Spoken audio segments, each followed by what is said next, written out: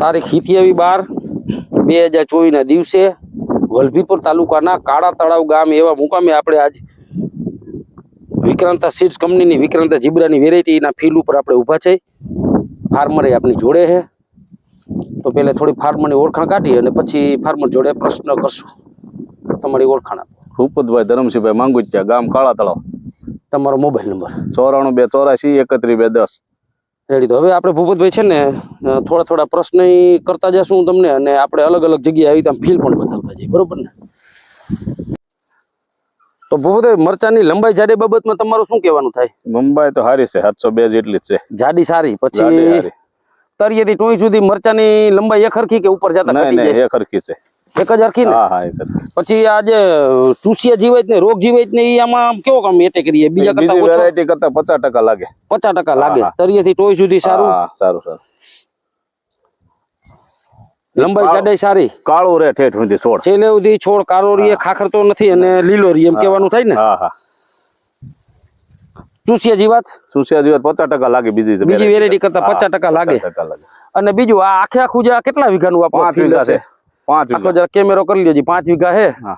આ વર્ષે ભૂપતભાઈ વાયરસ નો બહુ મોટો પ્રોબ્લેમ છે. આમાં તમને જીબ્રામાં કે વાયરસ જેવું? ના, વાયરસ નથી લાગી જતી હજી. વાયરસ એક છોડમ છે જ નહીં ને. પછી આ વર્ષે ખેડૂતોને વરસાદ બહુ પડ્યો, હુકાઈ જવાનો પણ બહુ ભયંકર પ્રોબ્લેમ છે. આમાં જે 5 વીઘામાંથી કે પછાટે કે હુકાઈ ગયું? ના, એક છોડ હુકાણો નથી. આખા નથી હુકાણું ને? તો હવે ભૂપતભાઈ હજી થોડા આપણે બીજા પ્લાન્ટ જોઈ અને ચેક કરી, બરોબર ને? એક જ છોડું આપણે ઊંચું કરીને જોઈ. એક જ છોડ વિક્રાંતા જીબ્રાનો જોઈ લ્યો. જોઈએ આપણે.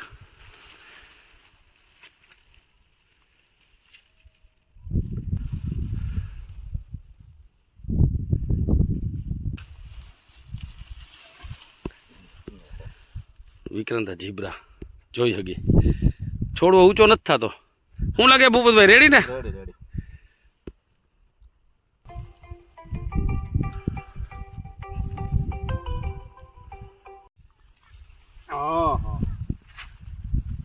તો રાજુભાઈ છે, સરદાર બીજ નિગમ બોટાદથી.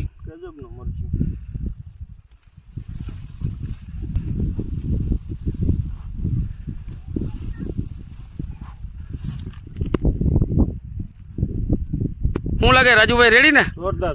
કાંઈ ઘટે નહીં. તો આ છે વિક્રાંતા જીબ્રા, ભૂપતભાઈ, ગામ કાળી તળાવડી.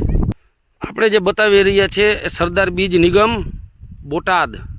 રાજુભાઈ છે આપણી જોડે. શું લાગે રાજુભાઈ? સારી વેરાયટી, સારી મરચાની લંબાઈ સારી છે, જાડાઈ સારી છે. જેના પછીનો જરાક રાજુભાઈ બતાવી દો તમે. હાઈ પી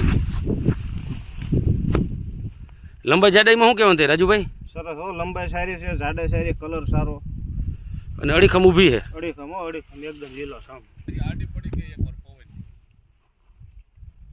વિક્રાંતા જીબ્રા, ગામ કાળા તળાવ, તાલુકો વલભીપુર, બોટાદથી 20 કિલોમીટર દૂર છે આ ફિલ્ડ. ભૂપતભાઈની વાડી છે. વિક્રાંતા જીબ્રા. થ્રીપ્સનો એટેક હાવ ઓછો આવે છે ચંદ્રેશભાઈ, અને રોગ જેવા હાવ ઓછી છે એની અંદર. મને આનો પ્લસ પોઈન્ટ એક ગણી શકી કે લાંબુ જાડું મરચું ગણે ને થ્રીપ્સ ઓછી, એવું ગણી શકીએ આપણે? થ્રીપ હાવ ઓછી, રોગ જેવા હાવ ઓછી, અને અન્ય વેરાયટી કરતાં છોડ એકદમ લીલો સમને હેલ્ધી રહે.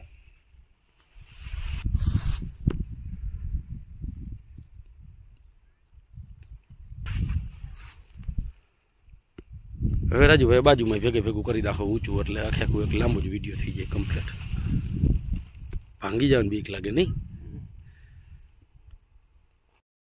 તો આપણે આ જોઈ વિક્રાંતા જીબ્રા, તળિયેથી ટોઈ સુધી ફળની એક જ હરખી લંબાઈ કમ્પ્લીટ.